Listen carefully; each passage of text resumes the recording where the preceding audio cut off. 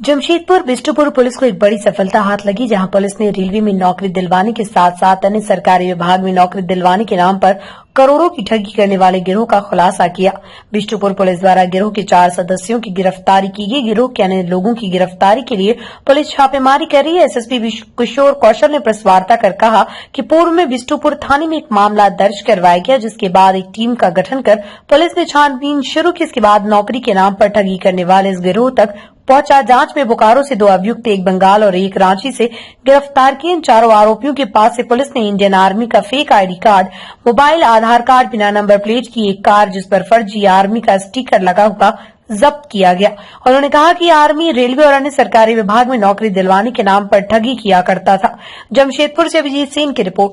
बोकारो से गिरफ्तार किए गए हैं, एक आसनसोल से और एक जो है वो रांची से जो है वो गिरफ्तारी हुई।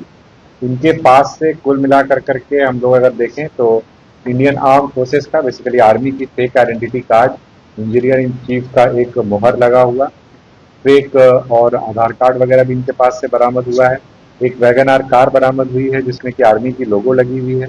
इंडियन आर्मी का 2 और स्टाम्प मिला है। एक टॉय गन इनके पास से बरामद हुआ है और उसका कुछ पावर कॉर्क वगैरह भी मिला है। इसके अलावा जो कैंडिडेट्स हैं उन लोगों के कुछ joining letters, medical letter, reporting letter इत्यादि भी साथ में।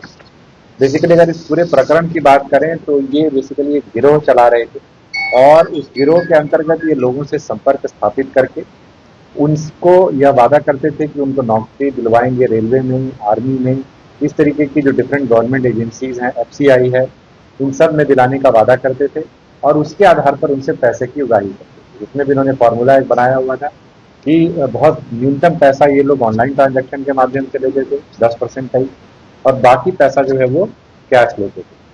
कुल मिलाकर के जो है हम लोगों ने जो अभी तक एनालाइज किया है, इनका अकाउंट्स वगैरह का चेक किया है 2022 से अभी तक, तो कुल मिलाकर 1.5 से 2 करोड़ रुपए का ट्रांजैक्शन इनके द्वारा अकाउंट से किया गया। इसका मतलब है कई सारे ऐसे भुक्तभोगी हैं जिनको इन्होंने अपनी ठगी का निशाना बनाया है। कई सारे भुक्तभोगी हम लोगों के सामने भी आ चुके हैं और एक तरीके से हम कह सकते हैं कि एक व्यक्ति जिसके द्वारा ये मामला दर्ज कराया गया, उसमें सतत तौर पर पुलिस के द्वारा अनुसंधान किया गया और गिरोह के मुख्य सदस्यों का तरीके से पर्दाफाश किया गया है और अन्य लोगों की गिरफ्तारी अभी होनी शेष है। साथ ही साथ जो विक्टिम्स हुए हैं उनकी भी आइडेंटिफिकेशन अभी जारी है, जिससे कि उनकी गवाही सुनिश्चित कराते हुए उन्हें कड़ी से कड़ी सजा दिलाई जा सके। जमशेदपुर से भी कई लोग हैं, कई लोग बाहर के भी हैं।